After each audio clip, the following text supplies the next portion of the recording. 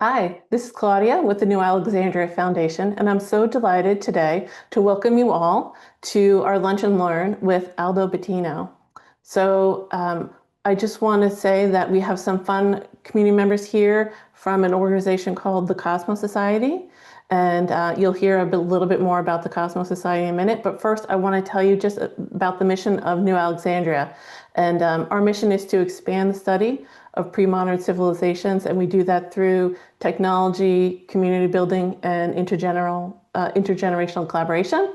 And so having these lunch and learns is really part of our mission. We want to reach out to the general public and provide access to really world-class scholars like Aldo. So Aldo, I wanted to invite you to introduce yourself. Can you tell us a little bit about you and your research? Okay. So, I studied originally at Sapienza University under Luigi Rigorossi, and with Luigi Rigorossi I knew scholarly Homer, but I think that we'll talk later about how I knew Homer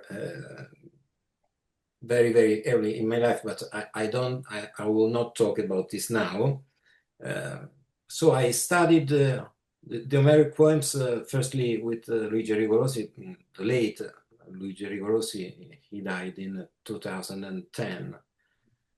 But then I dedicated myself to other studies, especially to Christian authors, and in particular Christian Greek prose. And I took my own distance from Homer, and at a point I was very far also from the researching activities, and I think that I was not too much satisfied with the academic environment in Italy, so to speak. And after many years, exactly 10 years, and I think that it is not a casual number, I returned to Homer, and I had my own nostos, and in this I had the pleasure the pleasure of knowing Greg Nagy, and I attended his course about the Greek era at Harvard. And then through Greg, I knew also Kevin McGrath, I knew Douglas Strame, I knew Lenny Muellner, and I met with the environment of the Center of Hellenic Studies, where I was an associate for about 4 years, and there I began to study the topics that eventually came up in my book. And this research began about 2013, so many years ago, and in a very, very difficult progression, I was guided in this kind of research. I had a kind of personal guidance, but by Greg Nagy, and later by Lenny Muellner, who is also very, very important in the final phase of the revision, and for commenting a lot about the book and the final draft of the book, and some very sensitive passages of the book. So can I just take a second? I just want to let folks know that the book we're talking about is a book that's coming out through New Alexandria Foundation. It will be distributed through Harvard University Press, and the title is Time, Tripods, Textiles, and Trees, Metaphors and Metonyms that Construct the Homeric Odyssey, right? So do you want to just give us a sense of what your book is not? I think that's a really interesting way that you started off the introduction to your book. Yeah. First of all, my book is not a survey of metaphors and metonyms in the Odyssey. Other researchers have undergo such a stressful experience. So my book is principally a work where I try to reveal in a way how metaphors and metonyms kind of shape the narrative and the structure of the two poems. And doing this, I try to blend a point of view from cognitive science and also oral poetics. Oral poetics in the Perilord tradition, obviously also in Gregory Nagy tradition. And in the book, I try to analyze the epic as a product of individual and collective intelligence, so shaped by tradition, by performance, but also in the frame of a overall consciousness. I hope to be, I'm being clear about that. So in my analysis is, for example, the Athena has a pivotal role in the book, and I treat Athena as a kind of divine architect of Odysseus Nostos, and I treat her nose, and that is a very important metaphor that goes along all the book as guiding all the plot of the Odyssey. And I try to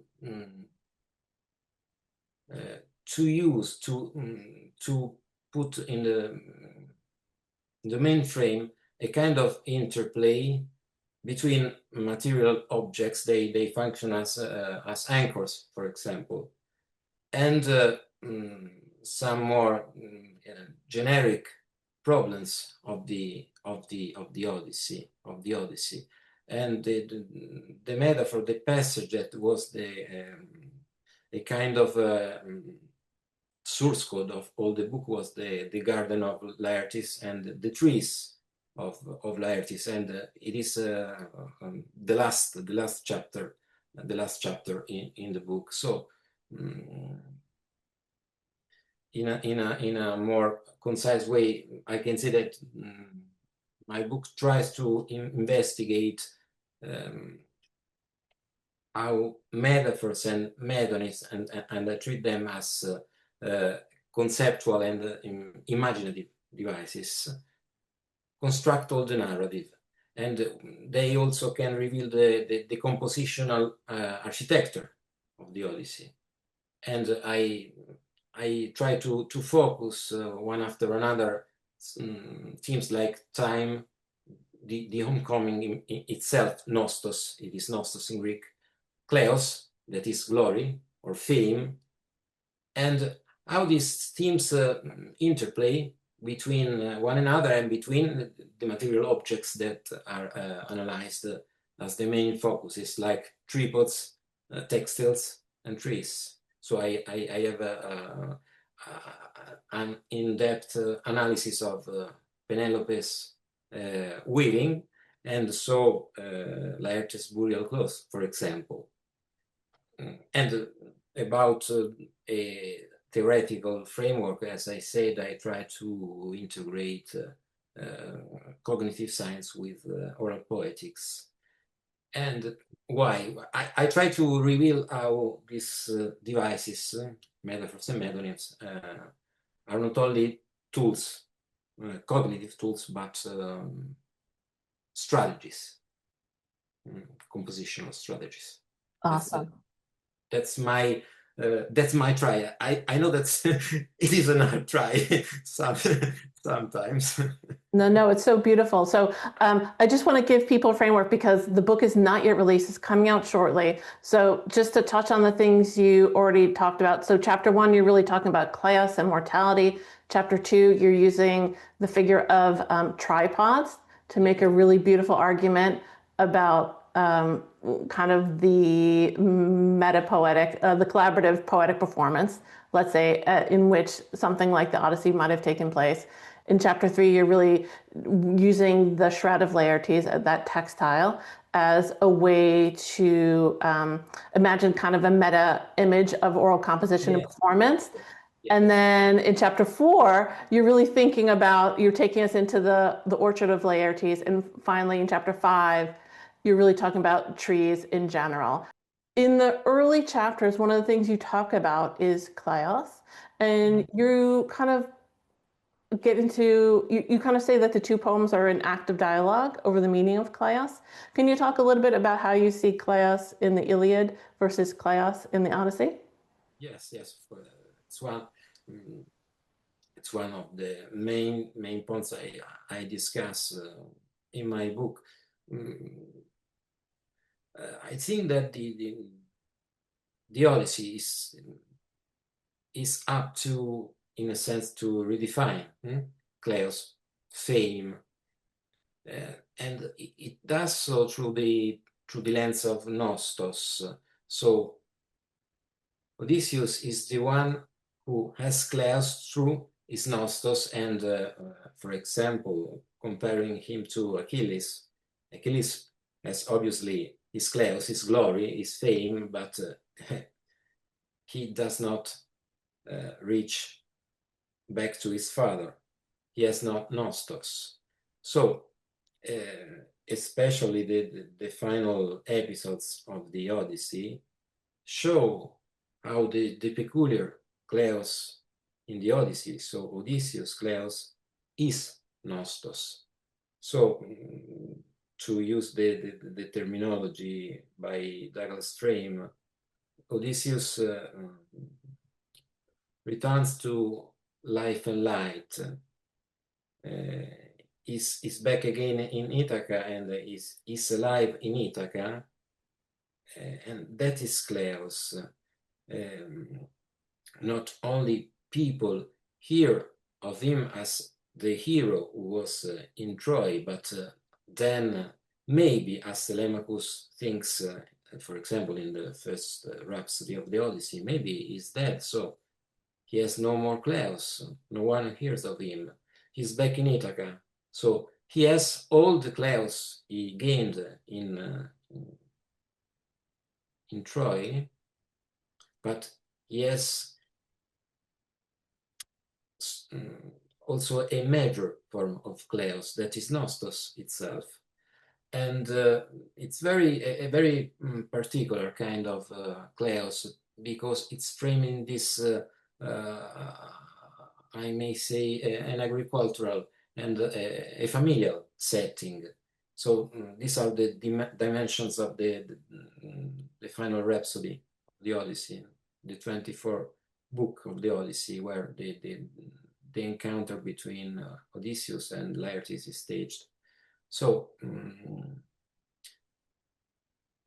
Odysseus Kleos is achieved in a sense through familial continuity, and also I used this terminology in the book, a kind of environmental embeddedness. He's back, and is back in the place where he was originally, that is the orchard. And in another context of my research, in an article, I talked about Odysseus as a tree himself. Is the phyton, the tree, the young tree that is another, is in its place again. It's not like Achilles.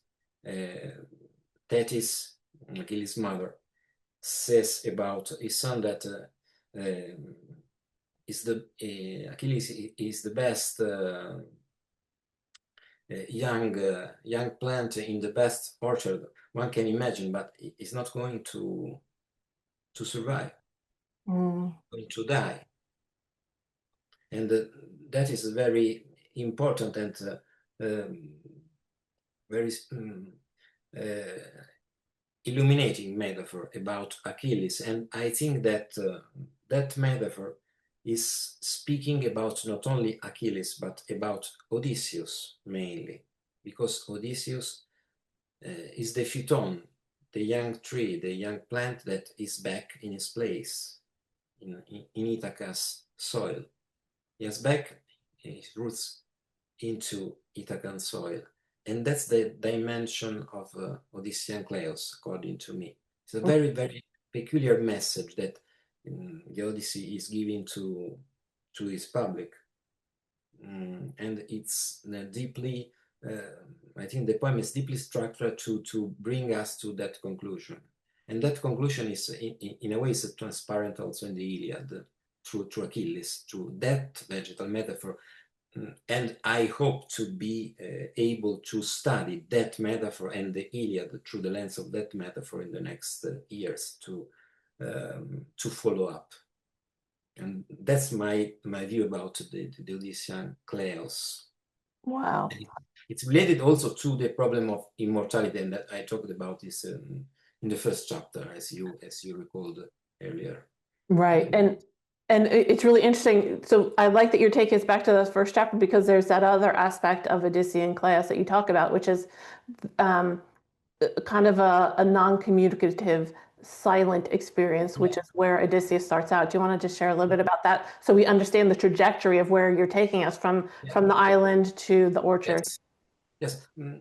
That's very, very important, because Kleos obviously, the etymology of the term Kleos has to do with what I hear. It's according to Tratzigel definition, the social hearing of fame.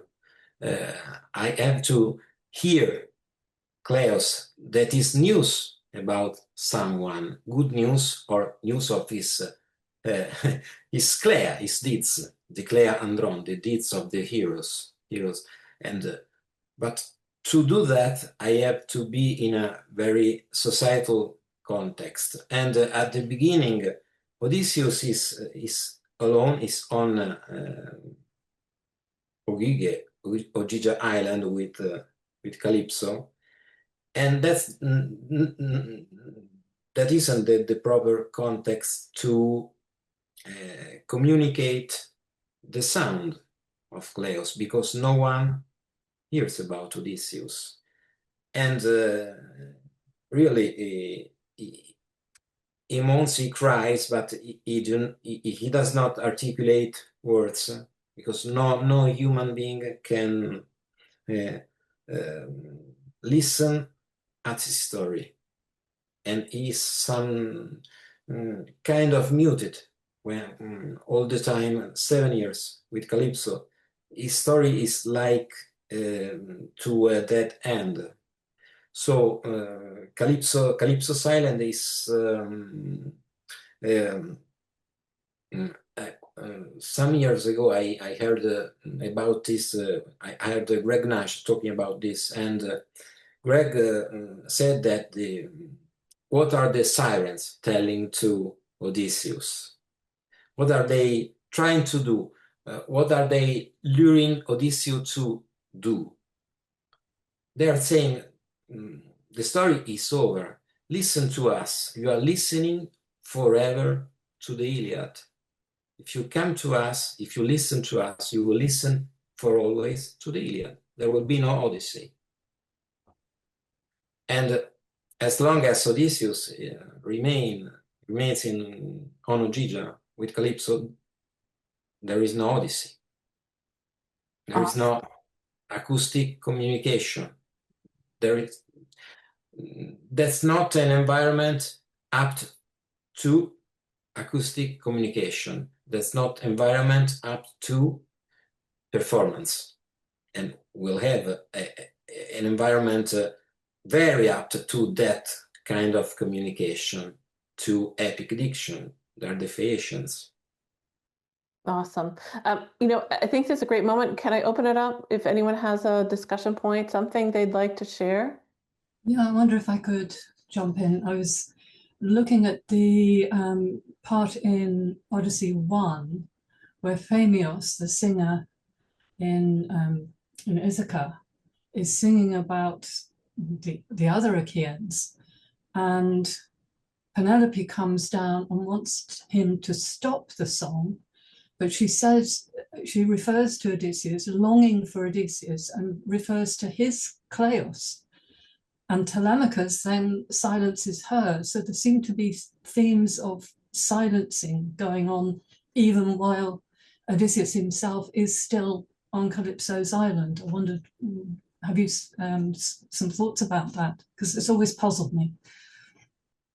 Yes, I think that is a great point, and that is very true, because all the communication and dynamics in the Rhapsody in one of the Odyssey, there is a very deep interplay between an acoustic dimension and silence. Silence about the story in itself, for example. We do know nothing about the story. Zeus says that he loves Odysseus. Athena says that she wants Odysseus back, but we do not hear Odysseus' voice, for example. We are not presented with Odysseus. We are presented with Telemachus and Mentes, that is Athena. And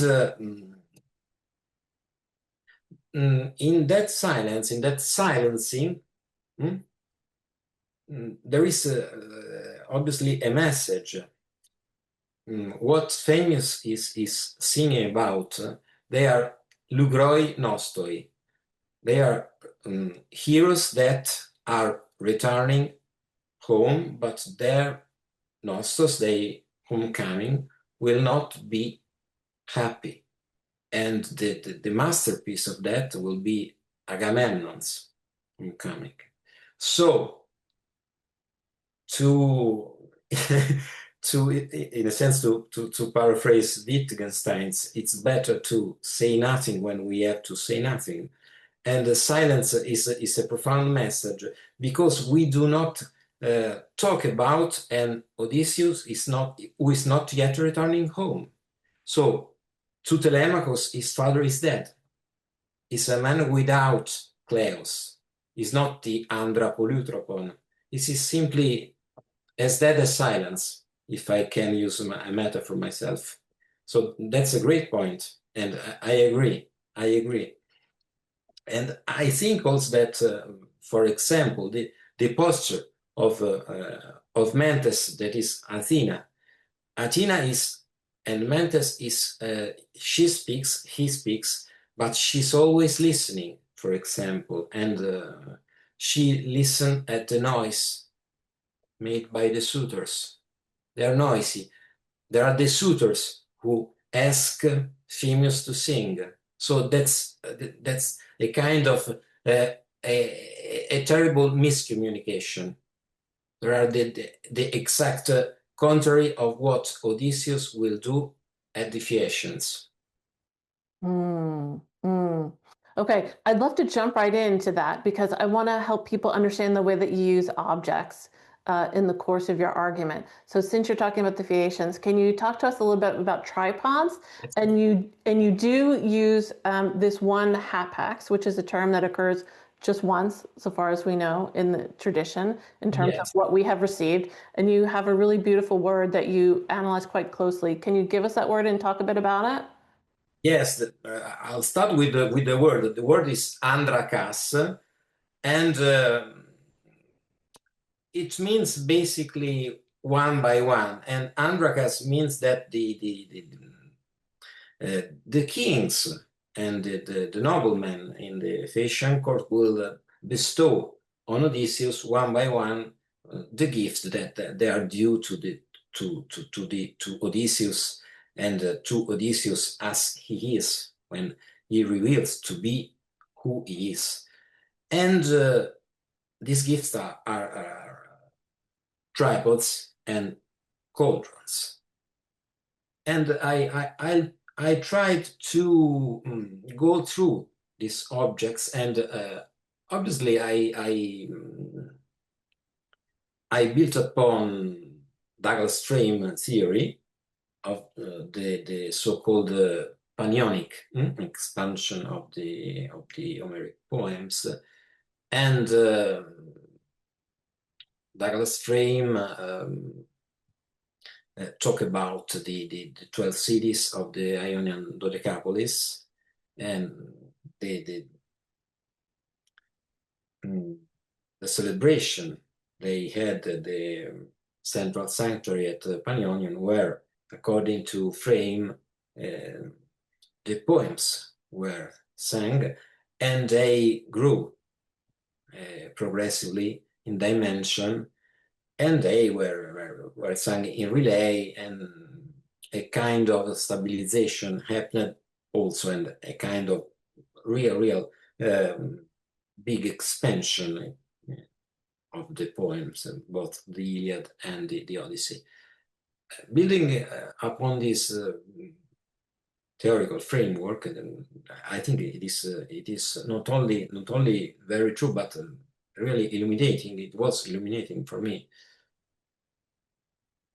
I started to think about the numbers, and the numbers, in a sense, they tally, because we have 12 tripods and cauldrons plus one, and the last one is the tripod that Alkinos gives himself. So I analyzed these material objects as metonymic rather than metaphorical, metonymic tokens that are the embodiment of collaboration. These are gifts that the Phaeacian noblemen gather, and then they bestow them upon Odysseus. And I thought, this can be a meta-image of what? A meta-image of this poetic collaboration that took place at the Panionion. So I think that they are a kind of, if I can use the terminology I use in the book, a kind of meta-poetical indicators. And they are really tracing this process, this collaborative process of creating and expanding poetry through the process of gift-giving in the Phaeacian court, in the court of the Phaeacians. And it's not only hinting to this collaboration. There is a real collaboration, and this collaboration is responsible not only for the gifts, but it's primarily responsible for Odysseus' homecoming. And Odysseus' homecoming is responsible in itself for the expansion of the poems, because, as I said before, we could have had only an Iliad, but we have an Iliad and an Odyssey. So cauldrons and tripods are material tokens of collaboration, and they are also metonymic tokens for poetic collaboration and exchange. And this exchange is also symbolized by what Odysseus actually do at the Phaeacian court. He sings. He sings what? He sings his story. He sings the Odyssey. And after the singing is over, he has also all these gifts bestowed on him. So there is a kind of circular process, a process that is a process not only of expansion, but also a process that is mainly a relationship between an audience and a singer. Everyone contributes to this process. And this is able to highlight the very nature of the kind of expansion that Douglas Frame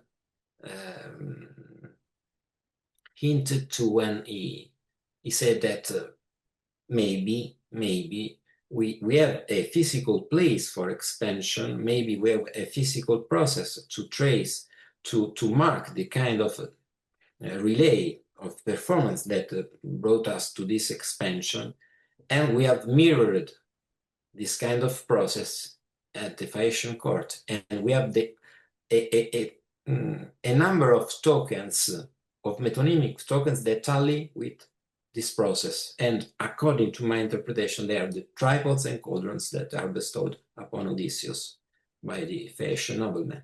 And that was all my research, and it started also, all this research started with a single word, that apax legomenon, single word that was said only one in the poems, and it is andrakas, one by one, man by man, one after another.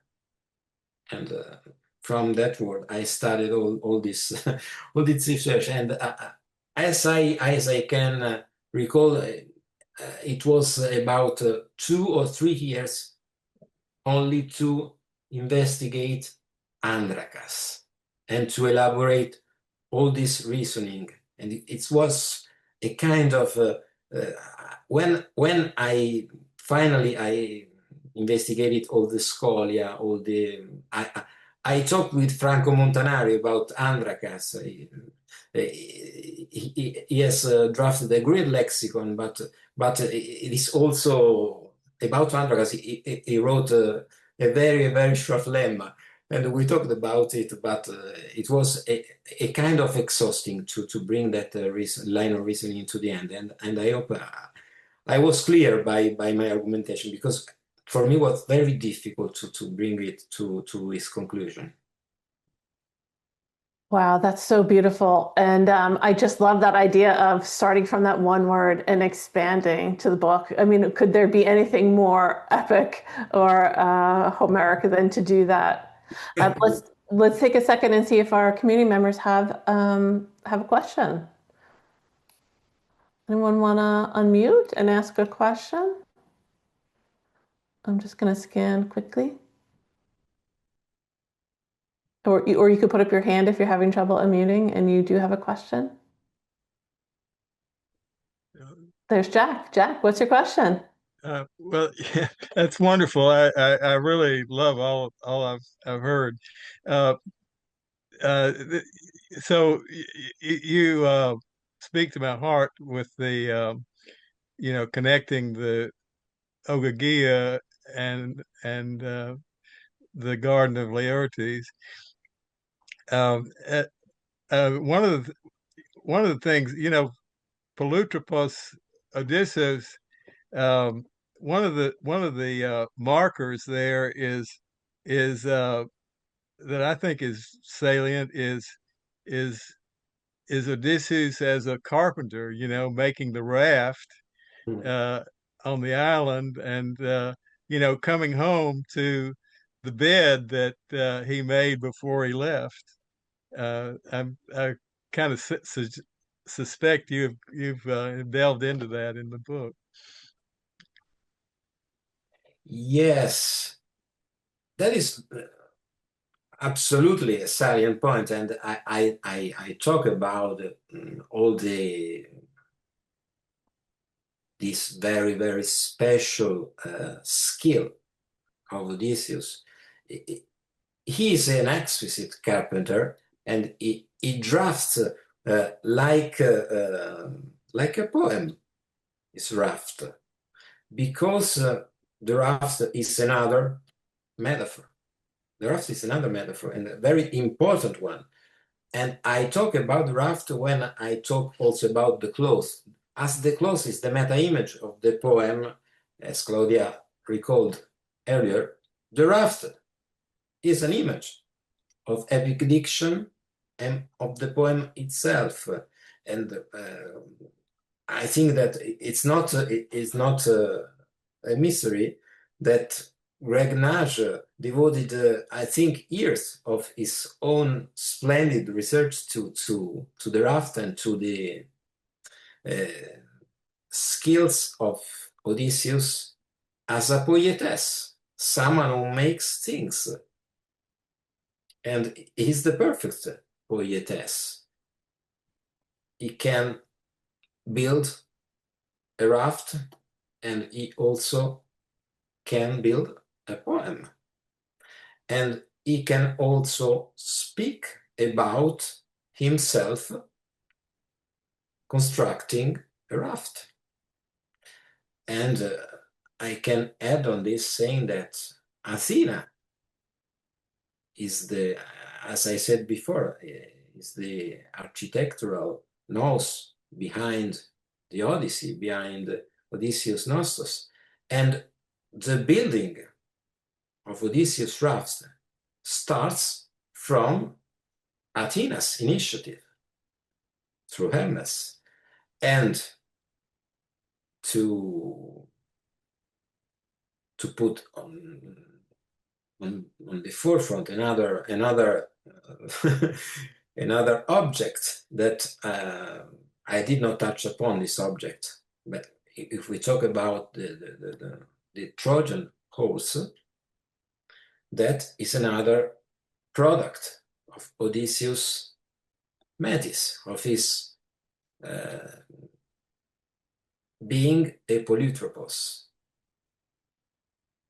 a man who is able, who can build things and build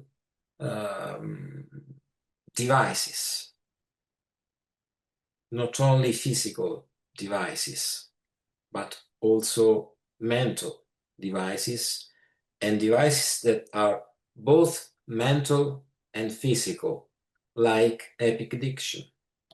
Epic diction is a device. It's a mental and a physical device in its own terms, because epic diction does not actually exist outside an acoustic dimension. They are all conjoined as the timber and the logs of Odysseus' raft. The matrix of Homeric diction is like the logs of Odysseus' raft. Thank you, Jack, and thank you, Aldo, for that beautiful response. I think this conversation is actually leading us right into Penelope's loom, right? Because it's taking us into this idea of construction, of the poem, of the connection between the object and the poetry. One of the beautiful things in your book, when people get to read it, they'll see is that you talk a bit about why Penelope, so we see in the Odyssey, we see Penelope weaving and unweaving and reweaving a shroud for Laertes. But we don't ever hear a story about a pattern that she is weaving into the textile. Can you talk a little bit about that, Aldo? Yes, that was another point I thought about for a very long time. I started reflecting upon a metaphor. It's a metaphor very extensively studied in the European studies about poetry and the making of poetry. This metaphor is making poetry is weaving. It's a conceptual metaphor. Weaving words, weaving formulas, weaving the rhythmic aspects and blocks of the diction. But Penelope, as a weaver, materially she weaves the burial cloth for Laertes, and as you said, it has no pattern. Or better, the text does not inform us about any detail or peculiar or specified pattern. So I ask myself, why? I was convinced in the beginning that the cloth was the meta-image of the creation of the epic itself. in the process you mentioned of weaving, unweaving, and reweaving, just like the composition in performance of the Homeric and the epic diction. We can expand, we can compress a theme, we can begin again from another point, and we can do what we want, or better, what the audiences want. But what was this peculiar design, if it was one? My answer is that this particular design is the Odyssey itself. The Odyssey itself. And so it can be regarded as an absence, as a blank design, that is a design that is not specifically revealed in the poem, because this design is the poem itself, and there is no specific design, because the essence of this design is the possibility to be redesigned every time in a new performance, to be re-performed, to be re-weaved. So if we had a specific design, a specific image upon this cloth, it should be a fixed image. And it cannot be. And I try to show this through several passages. I started with pieces of material culture, like images on for example, I thought about vases and pottery, and all images dealing with burial clothes, and on these images there was always something very specified, and something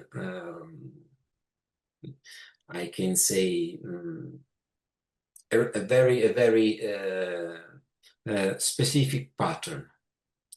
We have no information about a specific pattern on Laertes' burial cloth, because the pattern itself is the patterning of this design, that is Homeric diction. And I tried to show that it is intentional, and that we are supposed to understand that the process and the result of the process cannot be defined in a fixed manner, in a pattern that remains as it is. And that is also the meaning of the telling and the retelling of this story within the poem. It's a kind of infinite mirroring of the process. But we do not have a specific pattern, because we cannot have a specific pattern. The pattern is the interweaving of the sounds, of the acoustic impression of the poem. And if we do refer to a literate perspective, we can also say that this pattern can be recognized in the words and in the singular aspects of this interweaving, their alphabetic letter, for example, and I developed some reflection about this. So the pattern is the poem itself. And saying that, I say that there is no pattern, and that the pattern is also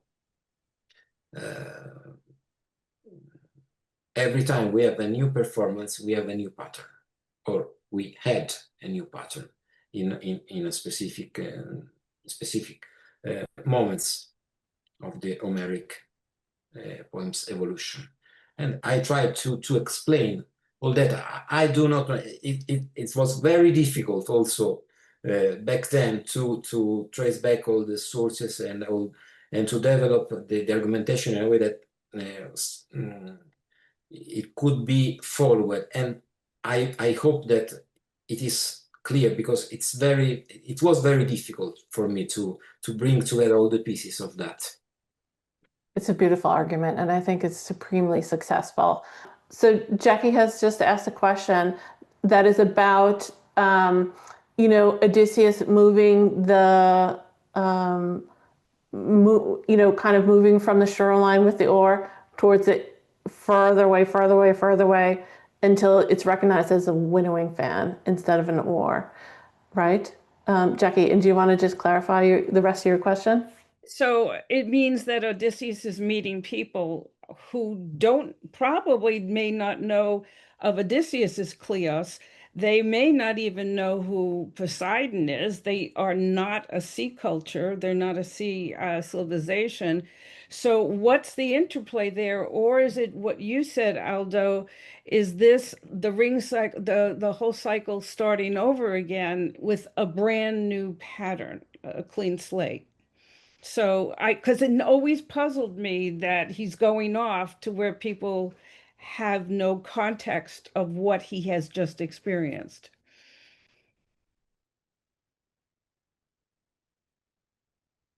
So I was just wondering if you can expound on that a little bit, because it always puzzled me.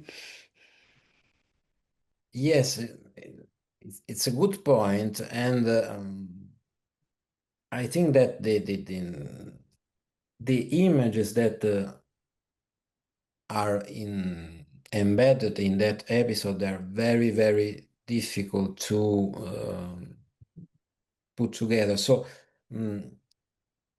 when Odysseus comes to a place where other people do not know him, according to my opinion, does not mean that they do not know his Kleos.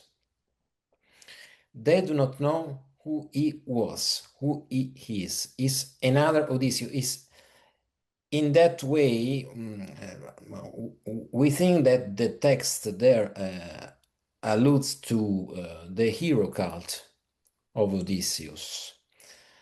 And that is a way to portray a kind of voyage made by the Odyssey itself. It's the Odyssey that is coming to us through the tradition. That's my interpretation of that episode. So, if we can envision Odysseus as a cult hero, so the oar can be a symbol, the winnowing fan can be another symbol. They can be all images and metaphors for the hero cult. But that particular voyage by Odysseus is the image of the voyage of the Odyssey. So the Odyssey itself is a voyager. And the poem goes through space and time. And at the end, it comes to us by tradition. Even though Odysseus is not among us, because, and according to a kind of rule, the poems cannot say that he is a cult hero. So he has another kind of immortality. What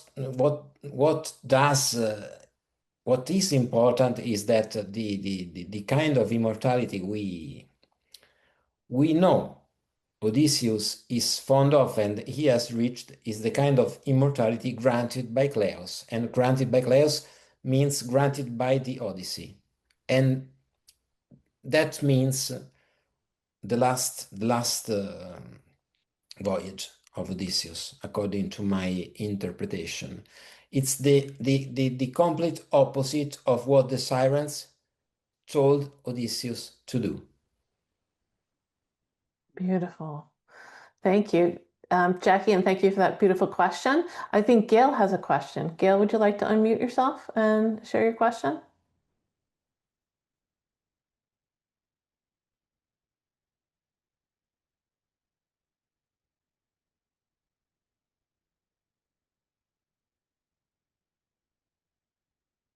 Okay, I see another hand. Helena? Helena, would you like to ask your question? Helena, yes, I was inspired by Jackie's question, and I remember another tradition, a modern Greek tradition, that is a Christian tradition, but it has the same image of a saint. It's about Prophet Elijah, and he used to be a mariner, and then he got bored of the sea, and then he took his oar and he went inland, far, far, far, far, far away inland, and exactly at the spot where someone asked him, what are you doing here with this winnowing fan? He stopped there and built a church, and that's why Greek Orthodox people go to high places to revere said Prophet Elijah, etc. So it just seems to me like how this tradition, the cult hero, and the openness to the future, and how it became a similar tradition in a completely different context. Not completely different, but quite different context. Okay, so that's what reminded me, and I wanted to mention this particular development of the tradition. That's true, and I'm aware of that tradition, and I mentioned that tradition in one footnote, and I researched about that tradition, but that's a very difficult research, because I think that there is a lot of oral tradition about that, but a little recording in script of that tradition, but I am aware of it, and it fascinates me because otherwise the Odysseus figure is a kind of Christologic figure. For example, we talked about the oar. The oar is made of wood, and Odysseus is obviously, when he listens to the sirens, is like a crucifixed image. It's bound at the mast. And that is a very, very difficult image. It's not casual. I think that it has a very, very deep metaphorical resonance, as well as for the oar. And Odysseus, for example, this is a very a kind of linguistic observation, but for example, in the use of the pronouns, Odysseus is at the same time that one, the one who is coming, and this one, the one who has just arrived. And obviously, this recalls us not only of a cult hero presence who can be invoked, and we can talk to a hero for mediation, for example, but more than this, it's a parousia. It's a Christological and a quite obvious Christological resonance. But that's a very, very difficult argument to build upon. But I was aware of that tradition, and it's very fascinating. And what intrigued me most, just one little last word, that I think, I'm not sure, but the book of Elijah, of course, this is a later, a more modern tradition, but the book of Elijah, I think it was written in the 9th century before Christ, that about the time or a little earlier than the Odyssey was the final form of the Odyssey, or near final was composed. So I had some question about this. I mean, a few years back, I was fascinated by these similarities. Yes. Yes. I think that all in all, we have to always remember that we are talking about a Mediterranean world where Yeah. traditions came and go, and they go through. They were also liminal, but they went through a lot of different treatments in different cultures, and there is no fixed boundary between them. And for example, my point of view, it's a kind of a comparative point of view, and using these cognitive devices, metonyms and metaphors, it helps a lot to build upon such different or apparently different traditions. Thank you. Thank you Awesome. to you. Okay, folks, I do see the time and we do want to get ready to wrap up. So I want to do a couple things first. First, I want to remind everybody that we've been talking to Aldo Bottino. He's the author of Time, Tripods, Textiles, and Trees, Metaphors, and Metonyms that Construct the Homeric Odyssey. This is available. It is published through New Alexandria Foundation and is being distributed through Harvard University Press. And that will, it can hit your inbox. You can put it in your cart in the days to come very soon. So, and I also want to let everyone know again that we have community members here in this discussion who are part of the Kosmos Society, which is an organization that we partner with. It's an independent organization. And I wanted to invite Sarah to share a little bit about that and to invite you all. So Kosmos Society is a group which is a community of people who are interested in studying the classics. There's online study groups, an online forum, book club readings, and so on and so forth. So check out the website kosmossociety.org. And very welcome to apply for membership and join us. Several of us are here, so hope to meet some of you in the coming weeks. And participation at Cosmos is totally free, right, Sarah? Absolutely, yeah. Totally free. Awesome, thank you so much for that. And I hope members of our community and the folks who are viewing this video will join in. Aldo, I was hoping we might just finish off with a little lightning round. Is that okay? Do you have 2 more minutes? Yes. Okay, great. If you wanted to tell us one word for the Odyssey, like if you could sum it up in one word, what word would you use? It's a very difficult question. So I think my word would be passion, because Odyssey has been for many, many years a passion of mine, a very deep passion. And I could translate this into ancient Greek as pathos. Oh, beautiful. And then is there a passage that you've read and reread the most in the Odyssey? What do you think that is? That's easy to answer. It is the passage of Laertes, the trees of Laertes. That was the passage that attracted my attention since early on. I was very, very young when I knew that something was in there, but I didn't know. I didn't know what exactly it was. And Yeah.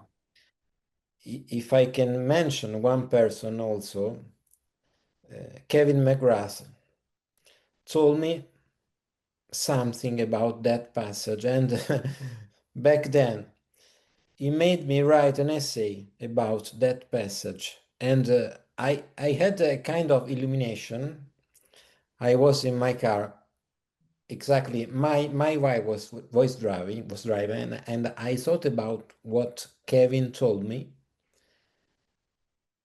and I knew that I found what that passage means. And that is the passage I read and I read always and again. So beautiful. Okay, I love that you're invoking Kevin, and you're also invoking at the same time a class, I think, that was available through Harvard Extension, called the Ancient Greek Hero, or something very similar to that. I think it might have some different names from year to year. It's been taught for over 4 decades through the Extension School, and that's open to the general public. Kevin doesn't teach it these days. It's taught by a colleague of ours, Keith DeStone, who has decades of experience with this content and helping people access it. So I want people to know that's also an option for them. And I just love the idea that we're ending up with, the orchard, and that on path, because I think I want to take it back to the very beginning, Aldo. I think your earliest moments with the Odyssey also involved a father and son. You wanted to share Yes. 1 minute about how you got interested in the Odyssey, and hopefully it'll inspire Yes. other people to Yes. partake of this kind of reading. Yeah, that is also important to me, and I think it can be also helping other people to approach the Homeric poems, because I approach the Homeric poems in a kind of casual way. When I was a child, I think I had no more than, I was 5 or 6 year old, and I had terrible fevers. I had tonsillitis, and my father, he read to me in the middle of the night. He read to me the Odyssey. So my first contact to the Homeric diction was acoustic. Someone read to me. My father did not perform the Odyssey, but he kind of performed the Odyssey. He read to me the Odyssey. And he did not read the same passages, because I had often fevers and tonsillitis. I was so lucky. So he read me different passages, and he compressed or expanded this passage. For example, he read me about the Cyclops, but he skipped upon the most cruel moments of the episode. And he also read me about Laertes and his orchard. And that was my first encounter with Laertes. And my father told me that was Odysseus' father. So I remember my father reading to me and reading the episode I later built upon to write this book. So uh, hardly written, because it was very difficult. And my first memory of the Odyssey is that my father, in the middle of the night, who reads to me the Odyssey quite aloud, and Well, it was an acoustic experience. Well, I don't think there's any more beautiful way that we can end our conversation here today. Aldo, I just want to thank you again for joining us. I want to thank all Thank of you. our community members for joining us. And Aldo, you have to promise to come back, okay? Yes, I When promise, folks with can purchase pleasure. your book. Yeah. Okay. And just want to remind everybody, New Alexandria Foundation is here to help you connect with the ancient world, to study comparative civilizations, ancient or modern. We're going to offer access to the Heroes X video library. We're going to offer access to a video series on learning ancient Greek. We're going to bring in authors to talk about modern events, modern art, people who are making music in Iran. I mean, a whole host of things are coming up in just the next few weeks. So please join us. And thanks again. Thank you. Thank you very much.